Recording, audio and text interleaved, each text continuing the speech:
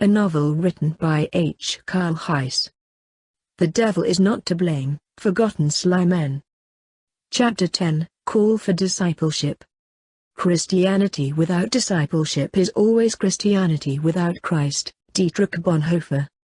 The topic of the next talk was Whoever is not for me is against me.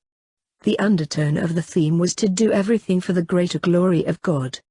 In short, that is to say, to look for whatever is the most necessary, the most urgent and the most useful for the glory of God.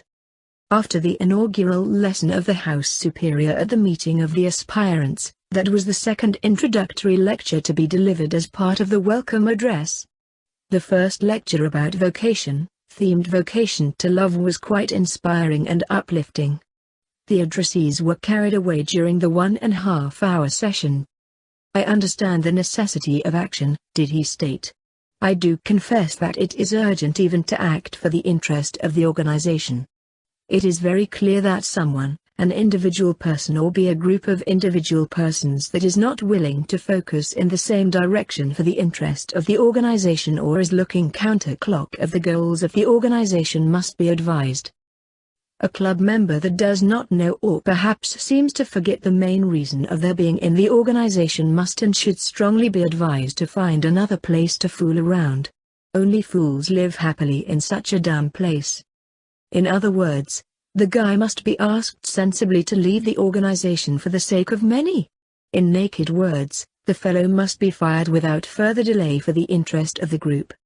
But maybe to talk about firing people may not be the correct word owing to the fact that none was earlier hired. People are not hired in religion, they have or not the vocation. Whatever the case, this step is taken after necessary moves have been made to rescue the unfortunate lost sheep. For it is better for an organization to deprive herself of a sick or ailing member than to condemn herself to a suicide.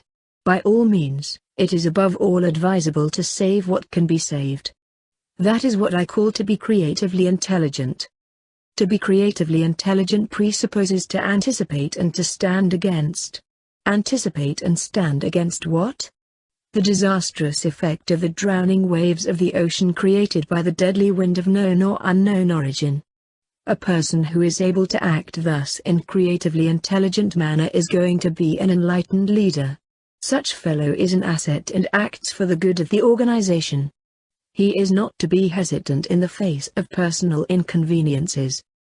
For the leader to be efficient, must act having in mind the good of the organization, not holding dangerously to personal petty comfort and privileges. A person who behaves in such a way is agreeable to God. In any case, to act otherwise, is to condemn self to face gloomy days ahead and to jeopardize the future of the organization. A leader must have in his heart his organization. Any leader who puts self in the way of the organization too must be asked by the board of chairmen to vacate, to find another place to fool around. For a given world to be sustainable, it has not to be left into the careless hands of fools. Any such mistake would surely lead to disastrous situations.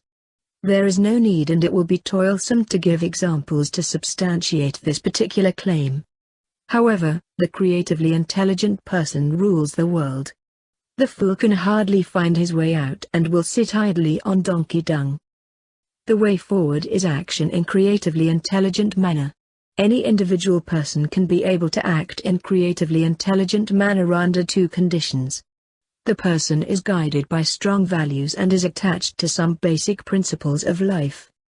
These values could be given out as an amount of discipline, a necessity of awareness and a core dedication to a goal to be achieved. The principles attached to the values are holy indifference and self-sacrifice.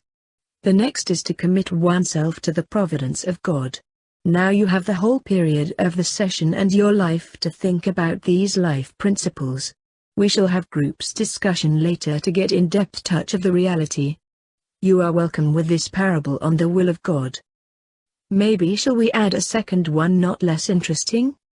Imagine a master who asked his laborers to go and work in his farm. A first set of laborers goes out and stays idle for the reason they only could hardly explain.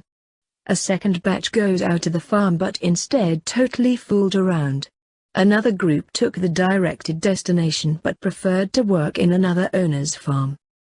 They stupidly argued that the farm of the master does not require an immediate care. Only a small group of obedient people labored at the behest of their master as faithful doers of the master's will. The latter arrived at some time around the 9th hour and went to the master's farm to work as instructed for the master, not anyone else. According to you, whom do you think has done the will of the master? And what is the reason behind the rest for failing to do the will of God? What is the way forward?